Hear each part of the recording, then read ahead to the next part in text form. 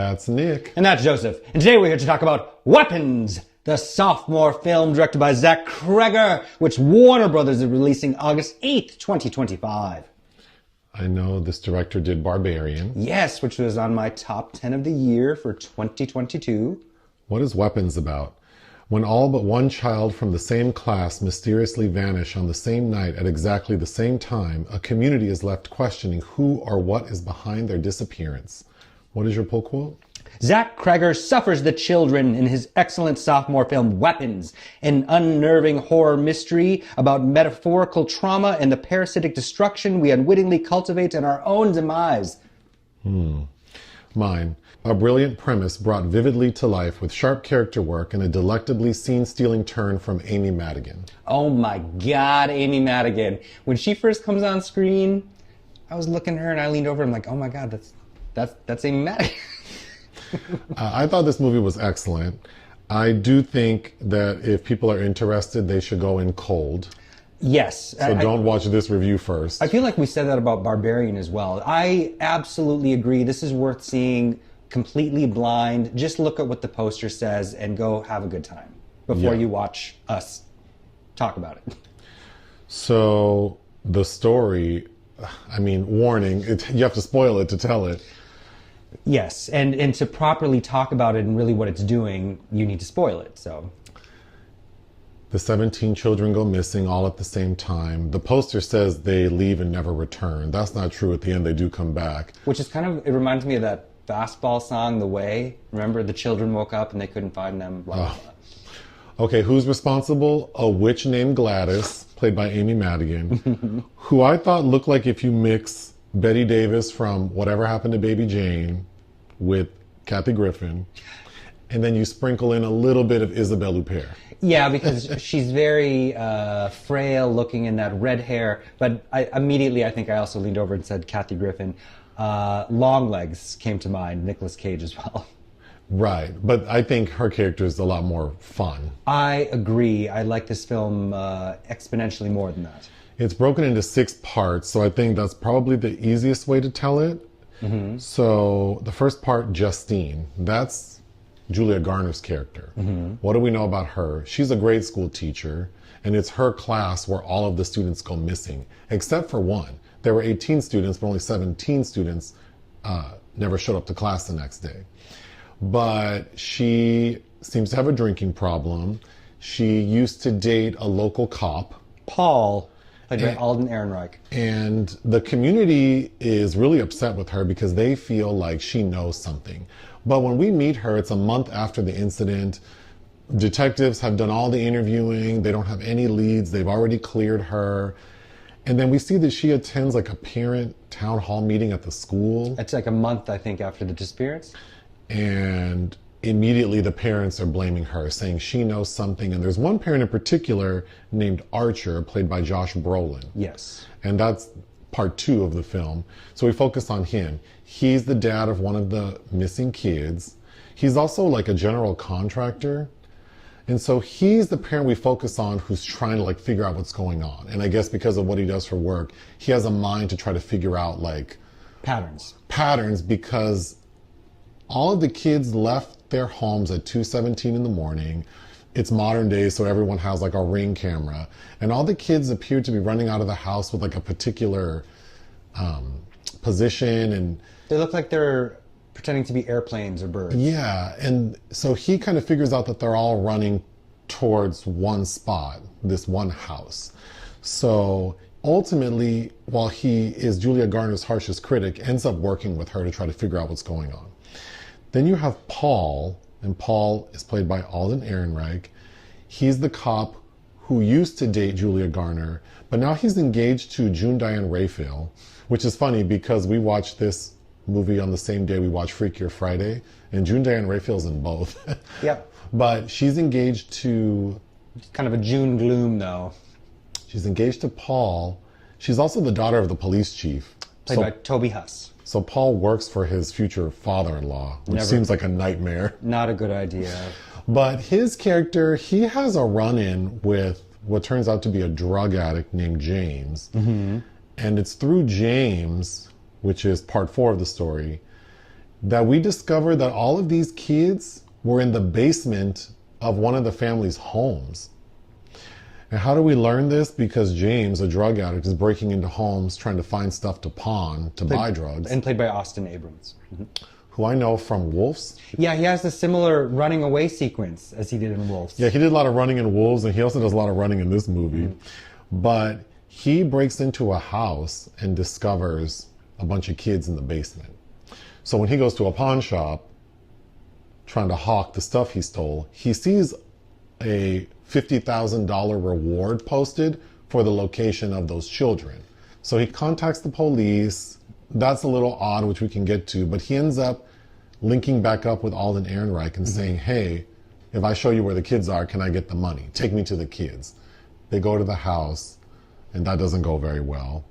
Then we have Marcus, that's part 5 of the story. He's the principal of the school. Mm-hmm. Played by Benedict Wong. And at first, he's very supportive of Julia Garner, but he's telling her, like, girl, you need to just take a paid leave because these parents are angry with you. I don't think you showing up the first day back, because the school's been closed down for a month since the incident. So he feels like she shouldn't be there because we already see the parents don't want to deal with her. So he's supportive of her, but then at a point, and it's in the trailer, we see Marcus attack her. Mm-hmm. And that's because Gladys, Amy Madigan's character, the witch, has put a spell on him to basically kill Julia Garner. And ultimately he ends up getting killed. But the final chapter of the film is called Alex, and that's the young boy who was the one kid who didn't go missing. He's Gladys's, like, great nephew. Played by Cary Christopher. Mm-hmm. And so his great auntie is this witch who came to town and basically cast a spell on his parents. And this is all very vague, but I'm assuming her life force comes from sucking the life out of other people. And so she was trying to get it from his parents, but she tells him it's not enough. So she wants his, like, fellow classmates, and he helps her do it by getting, like, a personal effect from each student. And so it's Gladys with the help of Alex to draw those kids to the house. And she has them in the basement, and everyone who's under her spell seems like comatose. Mm-hmm.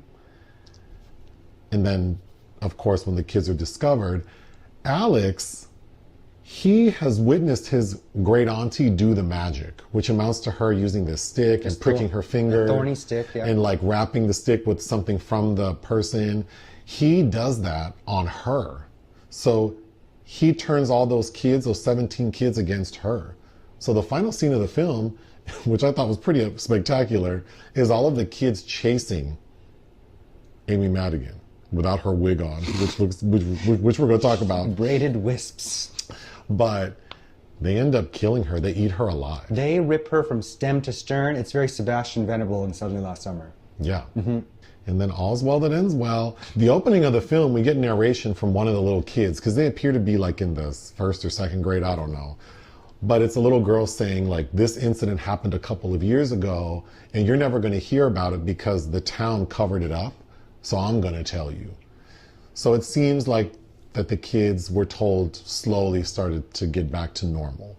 But yeah, this story was wild as hell. Yeah, well, great character development and Yes. interlocking pieces that I quite enjoyed. Mm-hmm. It's kind of reminiscent of Barbarian in the sense that the story kind of like it ebbs and flows. Like, yes, we go back and forth putting the pieces together, which I really like when it's interesting. I think the premise is so delicious because you're like, immediately 17 kids went missing at the same time and no one can find them. So the entire movie, it's like, I just can't wait to find out. Well, it's a Stephen King template a little bit. And, if I hadn't known who Mr. Cregger was before this, I would have probably guessed somebody like an Ari Aster Sure. had done this. The time when all the kids go missing is 2:17 a.m. And the only significance that has is that she cast the spell on all of the kids at the same time, and it took effect at 2:17 a.m. But I think I want to start with the title of the film. Can you explain what you think that means? I think it's supposed to mostly be metaphorical. Josh Brolin and I think we also have to get into, as he did with Barbarian, there's lots of symbolism going on with certain elements, lots of subtext, which I find intriguing, and I'd probably catch a lot more if I watched this film again, which I definitely would. Josh Brolin describes the principal running as if he had been weaponized, and there are clues about parasites, and for instance, somebody's doing something in school, somebody's giving a talk about a parasite, and also Benedict Wong and his husband are watching some National Geographic type documentary about some kind of insect that's been taken over. You know how those insects take over other insects and basically become a zombie. So I think the film's about parasites, but it is also about how we weaponize each other. I think weapons could be synonymous with mankind. And I think there's also something about a passage from childhood to adulthood. But all of these adults, what we learn about them is everything that they're using for pleasure or escapism is also destroying them, because you get food, the gluttony with Benedict Wong and his husband. Julia Garner and Alden Ehrenreich are alcoholics. Austin Abrams is a drug addict. And so all of those things, and in certain ways, those mechanisms that they're using, again, for pleasure or escapism, are used as weapons, such as the needles that come to mind. So that's where I think that's all going. It's about trauma, intergenerational trauma. I'm just going to start going through my notes. When we first meet Justine, I really liked her characterization because it would be really easy to make this character just a victim, like this sweet grade school teacher who's got caught up in this really unfortunate scenario. But Justine is a problem. She has a drinking problem. She doesn't listen to her principal. There are several moments when she's trying to reach out to the one student that I just thought were so uncomfortable, because it's like, this is exactly what you should not be doing, and she's doing it anyway. There's some comedy there because we learned Josh Brolin has painted the word witch on her vehicle, and she stops Alex at one point. She crouches down to become intimate with him, and it's, in the shot you get witch in the background. Then she's messing around with Alden Ehrenreich, Paul. Who's betrothed. Right, and a really funny scene is June Diane Raphael confronts Julia Garner at the liquor store and like dumps vodka all over her. I thought for sure she was going to light her ass on fire. Which again, I think also fits into that theme of her elixir is weaponized against her, and she's a weapon to their marriage. Yes. So the first glimpse we get into maybe the source of what's going on, which I thought was really effective because it led me down it kind of swerved me a little bit, but Julia Garner follows that little boy Alex, the one kid who didn't go missing, to his house. And it's creepy because all of the windows are covered in newspaper, and she's snooping around, going in the backyard, and she looks through like one little open spot, and you see the two parents sitting there looking like zombies. So that was creepy.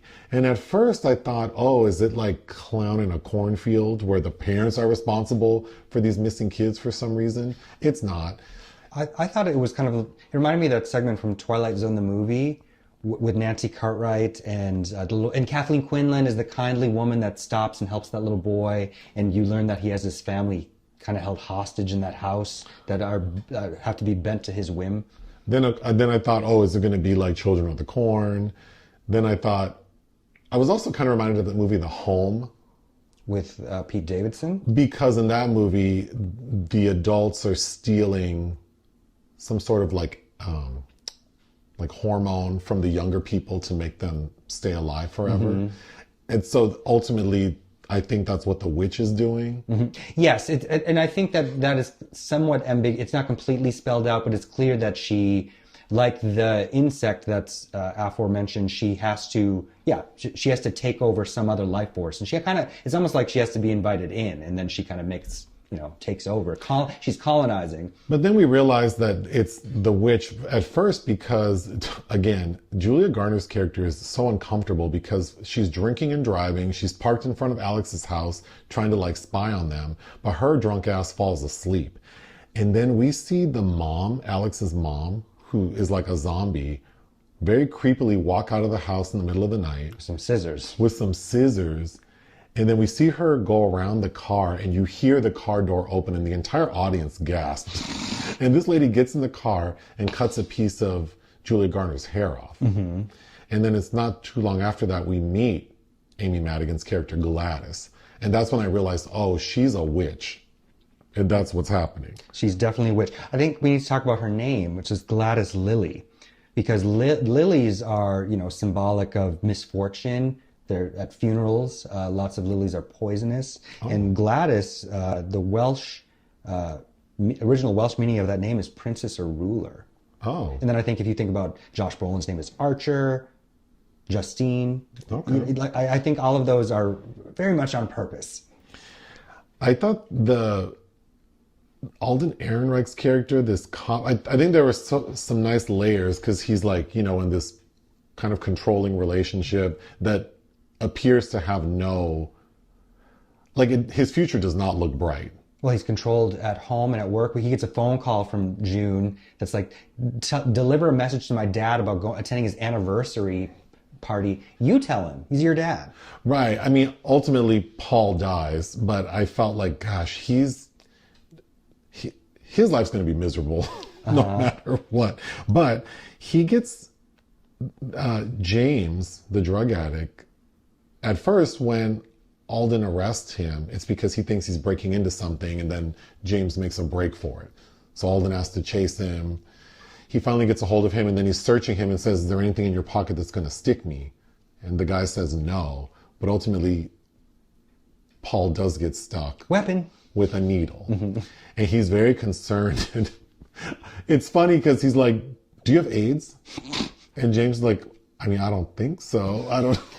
Austin Abrams, how he is, he looks rough in this. He looked like, I kept thinking of something really bad happened to Zoe Deutsch. Oh my God.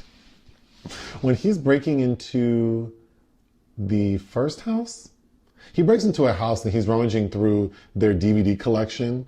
No, it's that house. It's Alex's house. He sees Willow, the movie. He gets all excited. I would too. I love Willow. Okay, Gladys, I thought a clue that we were given, besides the fact that she looks insane, is that she's trying to explain to the principal why the parents can't show up for like a parent-teacher meeting. Because the principal, Julia Garner, keeps harping on the principal, like, I think something's weird with Alex and his family. You need to go over there. And he finally says, listen, leave those people alone. I'll call them in and question them. So the parents agree to show up, but then it's not the parents, it's Gladys's crazy ass. And she tells the principal, well, sorry, they couldn't show up because the dad has a touch of consumption. Oh yeah, she looks like she's straight up about to do the time warp again. So then I thought, oh, is that a glimpse into like maybe she's been alive since like the 1800s and yeah, because Benedict Wong goes, what, like TB? Are you talking about TB? Like, we find out that the principal's gay, which I thought was a cool touch. And then you mentioned gluttony. Another what I thought was funny scene is we see them getting ready to like watch TV, and the husband has made a feast for them, and it's like a tray of hot dogs. But the cutest part is that when the husband is coming over to give it, like the principal's like excited. He's like, oh, give me that hot dog. Oh, and then this creepy ass lady shows up at their house. That's a very good scene. Again, because it social custom dictates that they have to let her in. They're nice people. They are nice people. Well, think about that scene as compared to who makes a cameo is Justin Long from Barbarian, who plays one of the parents of the missing children, and he's married to Sarah Paxton, who is in real life, I believe, married to Zach Cregger. And Sarah Paxton opens the door, and Josh Brolin is like, can you share your footage of your kid running away? I want to look at it. And she says no. And he sits and waits for the husband to get home, Justin Long. And that man straight up lets him. He's like, yeah, come on inside. And she's standing there looking mad. Yeah, it was pretty good. Okay, Gladys, I just thought her look was so amazing. And then the first time we see her without her wig, it's Alex, her great nephew, is kind of spying on her in her bedroom. Also, we need to talk about how she convinced this little boy not to tell anyone. Yeah. Because she has put a spell on his parents, and he's freaking out, and she's like, I run shit. You're not going to say anything. And to show you what I can do, she makes his parents stab themselves in the face with a fork. So we see both parents stabbing themselves with forks. And she's like, I can do much worse. I can make them eat each other. And if you don't want me to do that, you're going to shut your mouth. I just thought all of that was so well done. And that little kid. That poor little kid. He did such a good job. He looked so traumatized. With those big eyelashes. And then she's like, my plan's not working here. Your parents aren't enough. You know, she tells him to get his the shit from his cohorts at school, and she's like, I think it'll make me better. And he's like, oh, if you'll better, you'll leave. Yeah. Because at first, you know, you're trying to figure out what happens, and you might think that the boy's being bullied, and he is kind of. So you think that he's maybe taking some kind of satisfaction in what's happened to his classmates. But getting back to the wig situation, when we see her without her wig, she looks like a monster. But her hair is so fine and thin, but she keeps it long, and then she's like basically bald. So all of her hair braided up amounts to like 3 little micro braids. I thought that was so funny. It's almost giving me Glenn Close and The Deliverance. Yeah, if you took her and braided up that little bit of hair she had. It also reminded me of this 60s film that I love called, it's known as two things, Night of the Eagle, but also Burn Witch Burn. And it's about, you know, witchcraft in the domestic sphere. But basically this man's wife is a witch, but it's kind of the opposite of what's happening here. She's a good witch, using it to save him from something. I was thinking of Andy Warhol during this movie because little Alex is now responsible for feeding his parents, but also the 17, his classmates in the basement. And all he knows how to do is heat up Campbell's soup. So we see him like 3 times bring home like 2 bags worth of Campbell's soup. I just thought that poor kid is fully traumatized. We also learned that he learns the evolution of how to best serve the soup, because the first time he has to open those cans, he's just struggling. Yeah, we see him get better at not only opening the cans, but feeding them. But of course, the Campbell's soup made me think of Andy Warhol. Oh, yeah. So the final showdown is Alden Ehrenreich and the drug addict show up at Alex's house. And the witch casts a spell on them, so they're her minions. It's also important to know, you already mentioned this, but like her witchcraft is turning everyone she has under her spell into a weapon, because she can make them like attack. So Julia Garner and Josh Brolin show up, and they're attacked by those two. And then the parents start attacking. Part of it too is there's salt everywhere, and if you step over the salt, which makes me think the most recent trailer for this film uses that poem. Oh, the Kipling's Boots, which we all know from the 28 Years Later trailer. Yes, which is interesting that it doesn't pop up in the film, and I'm glad you pointed that out, because Barbarian technically has a Rudyard Kipling connection as well with Rikki Tikki Tavi. The mongoose is the snake's enemy. And another connection I noticed between Mr. Cregger's films, and he clearly doesn't like convenience stores, or has been at a lot of ones that are very unhelpful. Because you remember in Barbarian, when old girl, yes, tries to ask for help and they're not helpful. And in this one, when Benedict Wong is attacking Julia Garner, and he's running around in that convenience store, and that man's simply like, get out of my store. Well, and she screams like, will you help me? Some of the more, so the final showdown, some of the more gruesome moments I think were, a sad moment is when the principal, the witch makes him kill his partner, and we see him bash his head in by like headbutting him. That looked pretty gruesome. Yeah. Then we see at a point, James, the drug addict, thinks he's in his tent because he lives out in the woods in a tent. He thinks like, because we see him see Gladys, and he thinks that maybe something's going to attack him. So he has a bunch of hypodermic needles, and he goes to stab whomever's there. But it ends up being Paul, Alden Ehrenreich. So he gets stabbed in the face with a bunch of needles. Do you know how mad I would be? Yeah, lots of face stabbing this. Again, that was a very Stephen King moment where he sees Gladys in the woods. Yes. Before. But then of course the parents stabbing themselves with forks. And then Alden again gets it in the final showdown, because we see Julia Garner take like the thing you would peel potatoes with, and she grates his face. That was pretty gruesome. How their eyes look when they're under the spell. It's creepy. Excellent. I mean, it's creepy. And the effects it's intended, it gets across what it was intended. I think in the end, when Alex does the little witchcraft, I thought that was really clever.